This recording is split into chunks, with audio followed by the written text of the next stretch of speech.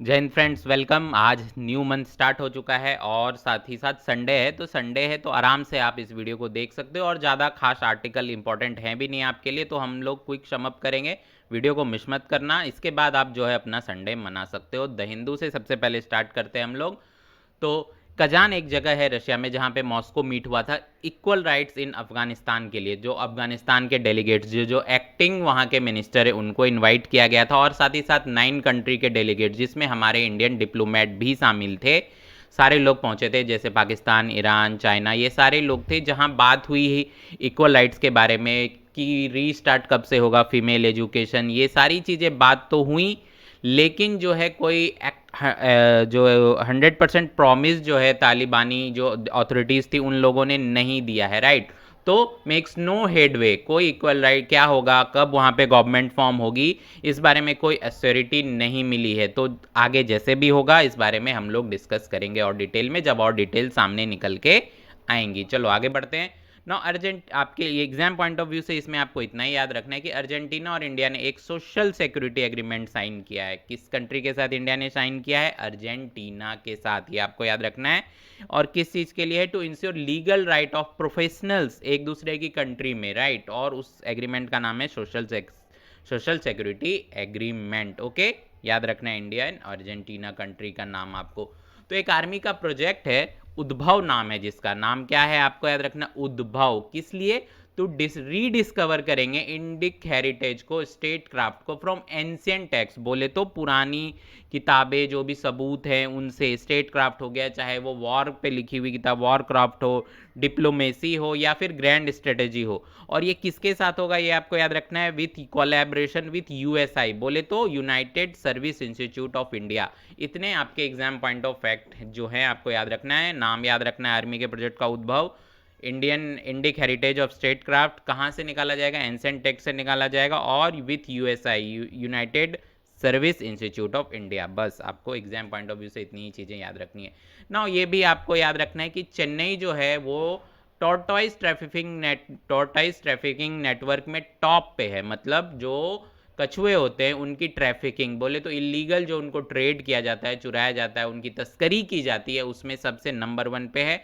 और आपको जो एग्जाम पॉइंट ऑफ व्यू से याद रखना है कि फ्रेश वाटर में रहने वाले टॉर्टॉइज जिनका नाम जैसे आपको याद रखना है, सबसे ज़्यादा जो डिमांड में है, जिसकी सबसे ज़्यादा तस्करी की जाती है, वो नाम आपको याद रखना है, वो है इंडियन फ्लैप सेल टर्टल। सबसे ज़्यादा डिमांड में रहते हैं इलीगल मार्केट में। बस आपको इतना ध्यान रखना है।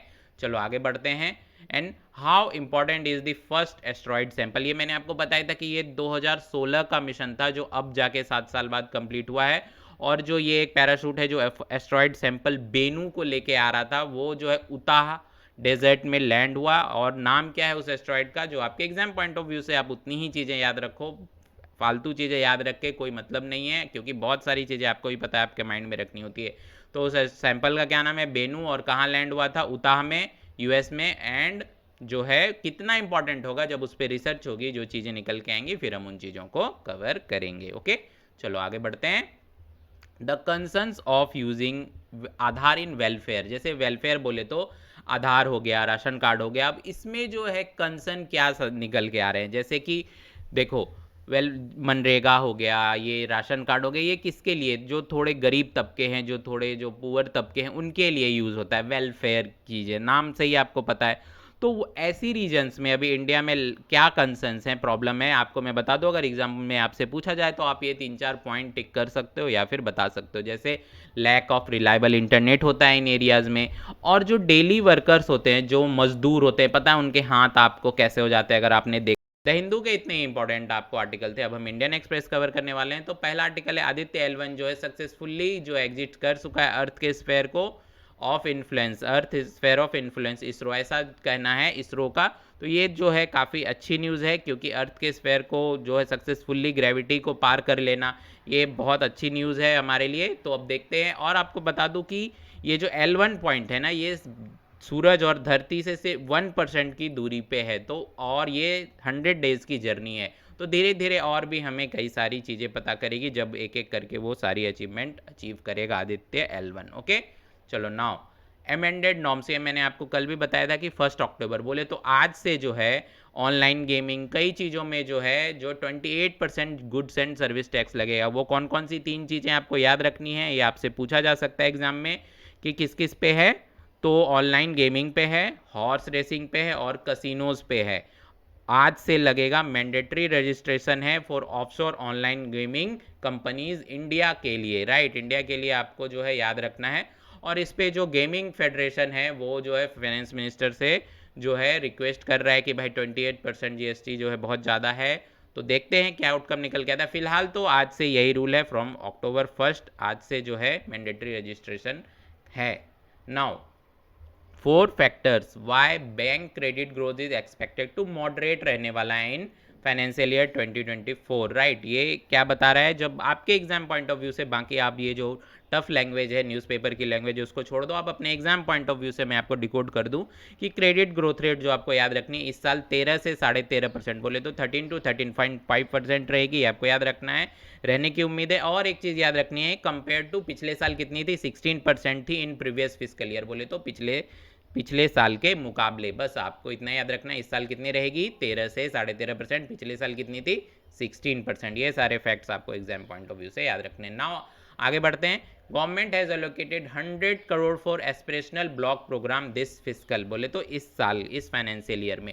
अभी एस्पिरेशनल ब्लॉक प्रोग्राम क्या होता है, ये लॉन्च किया था हमारे माननीय प्रधानमंत्री जी ने जनवरी 7 को। जो कुछ जो सेलेक्टेड ब्लॉक्स थे, जैसे 500 एस्पिरेशनल ब्लॉक आपको पता है ना, आपके ज़िले में ब्लॉक होते हैं, ब्लॉक जो आप वीडियो ब्लॉक डेवलपमेंट ऑफिसर सुनते हो, ब्लॉक होता है आपके ज़िले में, ब्लॉक्स होते हैं कई सारे, वो वाले ब्लॉक की बात हो रही है यहाँ पे। तो 500 एस्पिरेशनल ब्लॉक्स को सेलेक्ट किया था, याद रखना है 329 जिलों में से, 329 डिस्ट्रिक्ट्स में से 500 एस्पिरेशनल ब्लॉक्स को सेलेक्ट किया गया था इस प्रोग्राम के लिए, जिसके लिए जो है 100 करोड़ रुपए जो है एक्सेप्ट किए गए हैं। और ये किस लिए, to enhance the quality of the life of citizens at the block level.